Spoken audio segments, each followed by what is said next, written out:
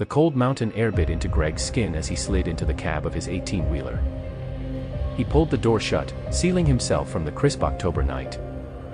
His delivery route this time took him through the Rockies, a stretch of road he'd traveled countless times. The towering peaks, winding roads, and endless forests no longer stirred awe in him, just a bone-deep weariness. The mountains were vast, lonely, and more than a little eerie at night. Greg glanced at his watch. Nearly midnight. With another 4 hours to his next stop, he sighed, flicked on his headlights, and started the engine. As the truck rumbled to life, the road stretched out ahead of him, narrow and curving as it wound through the towering shadows of the mountain range. The first few miles were uneventful. Only the occasional animal darted across the road, illuminated briefly in the yellow glow of his headlights before vanishing into the darkness. The night was heavy, black as pitch, with no stars visible behind the thick, overhanging clouds. Then he saw her. She appeared on the side of the road, just beyond a bend, a woman walking slowly along the shoulder, arms wrapped tightly around her body as if warding off the cold. Her clothes, a light summer dress, were woefully inadequate for the mountain chill. Greg slowed the truck instinctively, his brow furrowing in confusion. What was a woman doing out here, in the middle of nowhere, dressed like that?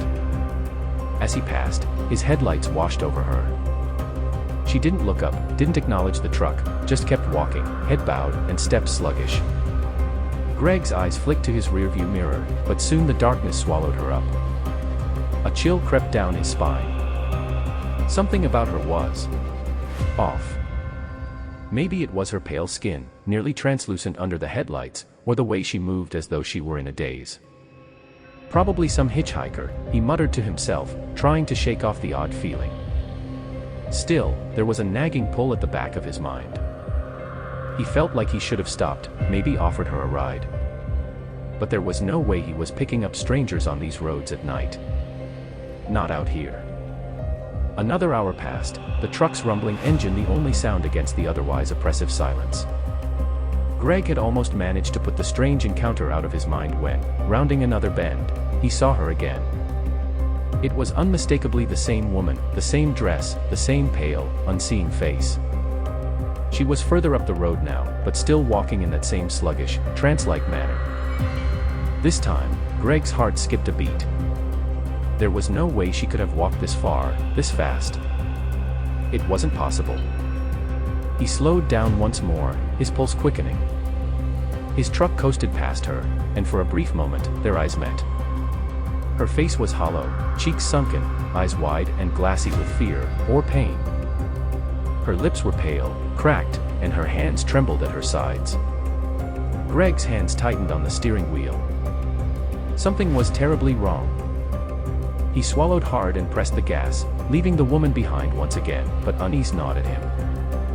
The road wound through the mountains like a serpent, each turn more treacherous than the last. Greg was no stranger to the dangers of these roads, the sharp cliffs, the rock slides, the sudden fogs that could blind even the most seasoned drivers. But tonight, the danger felt different. More personal.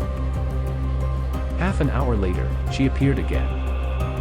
This time, she was staggering, her steps even slower than before. Her dress was torn, hanging in tatters, and her skin had taken on an unnatural, bluish hue. Greg's breath hitched. It was impossible. She was deteriorating. He couldn't take it anymore. He pulled the truck over, the tires crunching on the gravel shoulder as he came to a stop a few yards ahead of her. The woman kept walking, not even acknowledging the truck's presence. Greg hesitated, his hand hovering over the door handle. Every instinct screamed at him to leave, to drive away and never look back. But something stronger, a deep, gnawing curiosity, compelled him to get out. He opened the door and stepped into the night. The cold mountain air hit him like a slap, but it did nothing to clear the fog of dread clouding his mind. He took a few hesitant steps toward the woman. "Hey," he called out. His voice sounded too loud, too harsh in the stillness of the night. She didn't respond. She just kept walking, her steps slow and uneven, as though she were barely holding herself together. Greg's heart pounded in his chest. He hurried to catch up with her, reaching out to tap her on the shoulder. His hand barely brushed her skin when she suddenly stopped. For a long moment, she stood perfectly still, her back to him. Then, slowly, she turned around. Greg stumbled back, his breath catching in his throat. Her face, God, her face. It was worse than before, so much worse. Her skin was peeling away, revealing raw, bloody flesh underneath. Her eyes were wide, too wide, and there was something in them, something dark and ancient that froze Greg to his core. "You shouldn't have stopped," she rasped, her voice a hollow, wheezing whisper.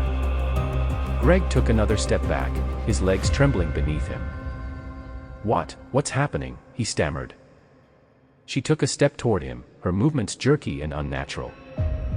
"You shouldn't have stopped," she repeated, her voice growing louder, more desperate. "Now it's too late." Greg's mind raced, but he couldn't make sense of what was happening. He wanted to run, to get back in the truck and speed away, but his feet felt glued to the ground. The woman's head tilted unnaturally to the side, and she let out a low, guttural laugh. "It's always too late." Suddenly, the ground beneath Greg's feet shifted. He stumbled, looking down to see the pavement cracking, splitting open as though the earth itself was giving way. A cold wind howled through the mountains, and the trees around them bent and groaned, their branches twisting into unnatural shapes. Greg's stomach churned with a sickening realization. This wasn't natural. None of it was.